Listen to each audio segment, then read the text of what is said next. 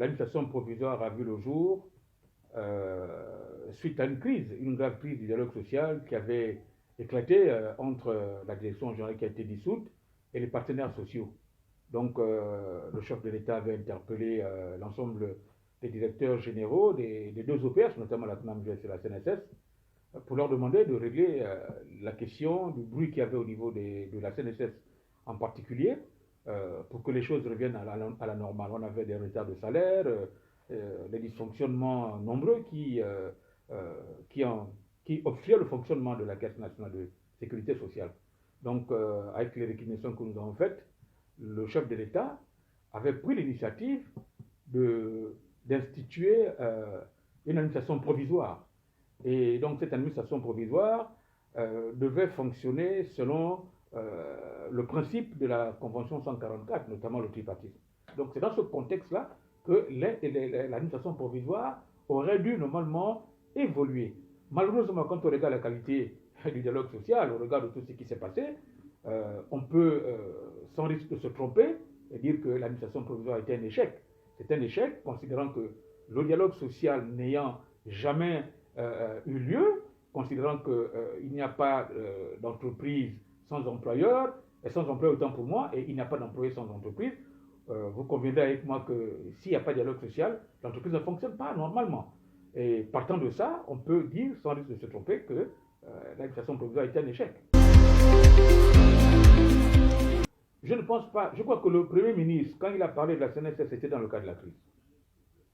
Il a été médiateur, il a été sollicité en tant que médiateur.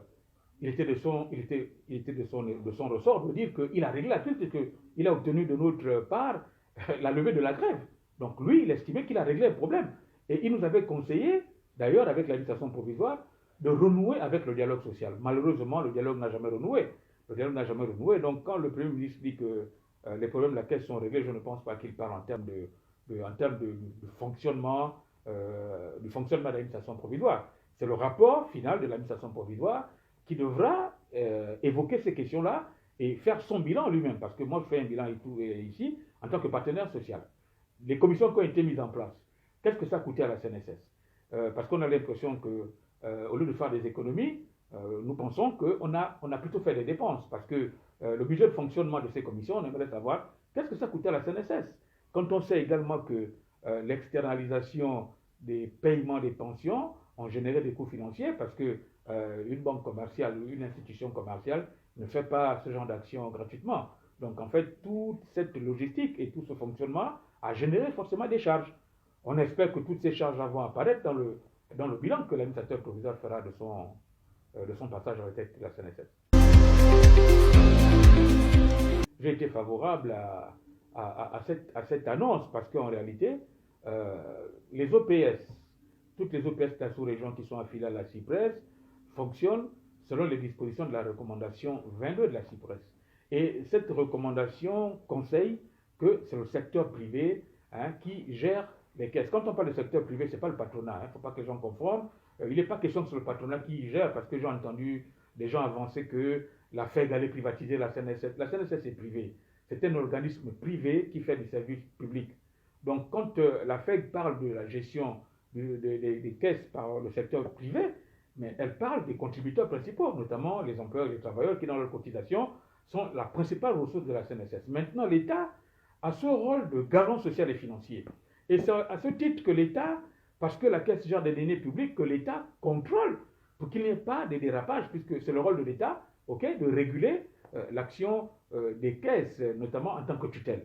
Bien, maintenant dans le cadre des collectivités locales, parce que nous avons également au niveau de la Caisse, je ne sais pas si finalement ce projet a été adopté, que les collectivités locales, plutôt que les fonctionnaires de la main-d'œuvre non permanente soient gérés par la CPPF, je pense qu'il y avait une étude dans ce sens-là, pour nous débarrasser complètement des fonctionnaires de la Caisse nationale de sécurité sociale. Mais en théorie, comme dans toutes les caisses qui sont régies par les dispositions justement de la recommandation 22, les caisses sont gérées de façon paritaire par les représentants des salariés, notamment les organisations syndicales les plus représentatives des travailleurs, et les organisations professionnelles des employeurs les plus représentatives. Aujourd'hui, la FEG a fait un travail remarquable, parce que la FEG aujourd'hui fédère l'ensemble des entreprises du secteur privé, y compris l'informel même. Donc aujourd'hui, la FEG est parfaitement prête pour entrer dans ce processus. Malheureusement, les travailleurs n'ont pas compris jusqu'à présent, parce que les travailleurs devraient également, dans la même dynamique que la FEG pour être un contrepoids, avoir la même dynamique pour être paritairement représentés au conseil d'administration. Et puis, je pense que dans cette configuration, on aura des caisses mieux gérées. À l'heure actuelle, ce sont les élections professionnelles qui devraient effectivement déterminer les organisations les plus représentatives. Malheureusement, ça traîne à venir. Mais moi, j'avais proposé un palliatif. Je pense qu'on peut se renseigner au niveau du BIT. Moi, je pense que si on fait tomber tous les mandats des délégués du personnel sur l'ensemble du secteur privé et qu'on organise une élection des délégués du personnel sur l'ensemble du secteur privé, et l'organisation syndicale qui aura sur l'ensemble du secteur privé le maximum, notamment 40% des délégués, parce que c'est ce que le Code du travail dit, que les 40% des délégués serait l'organisation qui représenterait les travailleurs au sein d'un conseil d'administration. Ça, c'est une première phase. À la limite, on pourrait permettre, par exemple, à ceux qui se sentent capables de présenter leur candidature, et l'ensemble des délégués du personnel du secteur privé se prononceraient pour désigner leurs représentants dans les conseils d'administration, en attendant que les élections des délégués que les élections professionnelles s'organisent. Parce que l'élection professionnelle, c'est pas si compliqué que ça. Ce n'est pas une élection, c'est pas une élection politique. Parce que l'élection politique, il y a le fichier électoral, etc., etc. L'élection professionnelle, c'est en fait la sommation des délégués du personnel sur l'ensemble des secteurs d'activité du privé. Donc, il suffit simplement d'organiser au même moment, l'élection des délégués du personnel sur l'ensemble du secteur. On aura dégagé le nombre de représentants des travailleurs qui désigneraient leurs représentants au sein de ces conseils d'administration-là. Moi, je pense qu'il est important qu'on mette un terme à ce fonctionnement-là qui a montré ses limites, qu'on revienne au fonctionnement normal, parce qu'actuellement, la caisse fonctionne normalement, en fait, dans la configuration de l'époque, à la différence qu'il n'y a pas de conseil d'administration, il n'y a pas de direction générale. Alors, il faut remettre rapidement une direction générale et un conseil d'administration pour que la caisse fonctionne à peu près normalement. Et je pense que si on remet un conseil d'administration et une direction générale, il suffit simplement, au niveau des dysfonctionnements déjà, de corriger, parce que c'est les sanctions qui ont fait défaut dans les précédentes gestions. S'il y avait des contrôles et s'il y avait les sanctions, moi je pense qu'il y a des situations qu'on aurait pu éviter. Donc pour conclure, je dirais qu'il faut mettre un terme à ça. Franchement, sinon on est en train d'aller au casse-pipe.